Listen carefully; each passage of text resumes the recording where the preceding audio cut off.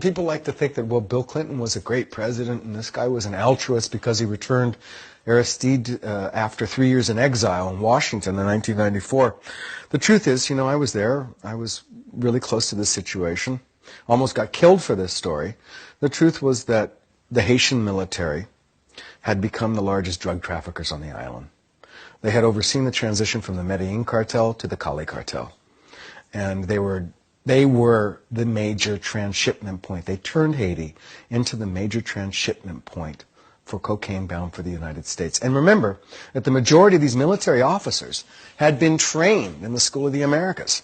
The majority, yes, had been trained in the United States. And the majority of them, it later came out, were actually still on the payroll of the Central Intelligence Agency during the period that they transformed Haiti into the major transshipment point for cocaine bound for the United States. They began to eat themselves alive fighting over the proceeds of the cocaine trafficking. So this institution that had been created by the United States was beginning to destroy itself over those cocaine proceeds.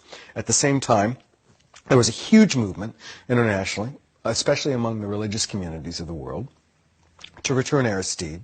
Remember that the killing had reached such a level, the carnage had reached such a level that it was impossible to ignore any longer, and that there were, because of that, as a result, there were thousands of refugees fleeing Haiti and ending up in Miami, and it was turning into a huge scandal for the United States government. So, make a long story short, it was not altruism.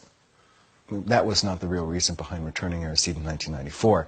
And I think that what the United States military did makes that clear, because they did not disarm the death squads.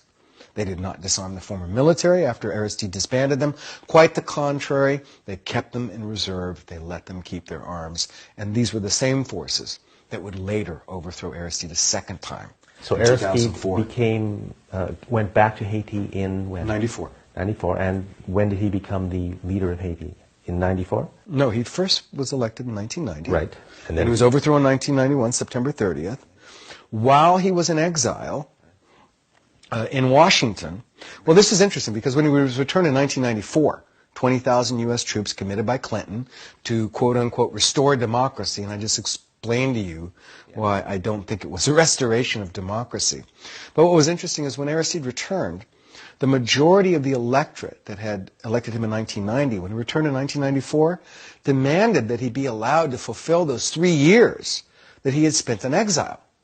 Their point of view was that he wasn't acting as the president, actually, while he was in Washington in exile. Therefore, those 3 years should be given back to him. Well, it's interesting that the U.S. Embassy and the Clinton administration said, no, while you were in Washington, we treated you like you were the president, therefore you were the president, and those 3 years are lost to you and lost to the Haitian people forever. Okay. So 1994, what happens? He's back? He's back. Who's the president? Or what? He is. He's the president again until... He's restored until his mandate. Remember, they were elected for 5-year terms. He cannot succeed himself, so he can't run for a successive president. Okay. So his term is up in 1995. 95. Then next year. He's gone. He's gone, and René Préval becomes the president from 1995 until 2000. Until 2000, that's right. In 2000, Aristide is re-elected. That's right. So why is Haiti so important to, it seems, the governments of both the United States and Canada, so that at this time, it seems like both countries, Canada and the United States, were complicit in another coup that took place in 2004? 2004. And removed Aristide again. Why? What's the story behind that? Well, it's interesting. In the coup, after the coup in 1991, Canada actually played a sort of counterbalance to the U.S. bad guy. They kind of played a good cop, bad cop, where Aristide was concerned.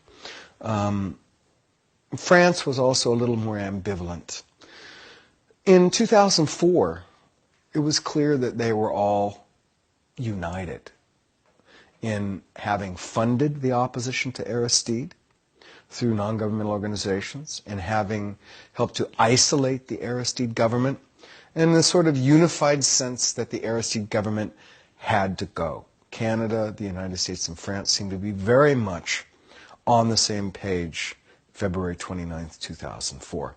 So much so that those three countries already had their military on the ground the moment that Aristide was forced onto a plane by 50 U.S. Marines and flown to the Central African Republic. Maybe you can just go through that story of what actually happened in those few days, just quickly. I mean, was he kidnapped and removed from the country? Well, it's interesting because there were these paramilitary forces. We're talking about death squads that had been trained by the Central Intelligence Agency that had been responsible for murder and mayhem after the 1991 coup. I'm speaking of FRAP, the Front for Advancement and Progress in Haiti, very well documented, CIA-created, funded paramilitary death squad. Elements of the former military, who I told you had not been disarmed after Aristide was returned in 1994, and he abolished the military. They began to regroup in the Dominican Republic, the neighboring Dominican Republic. Remember, it's the island of Hispaniola, which Haiti and the Dominican Republic share.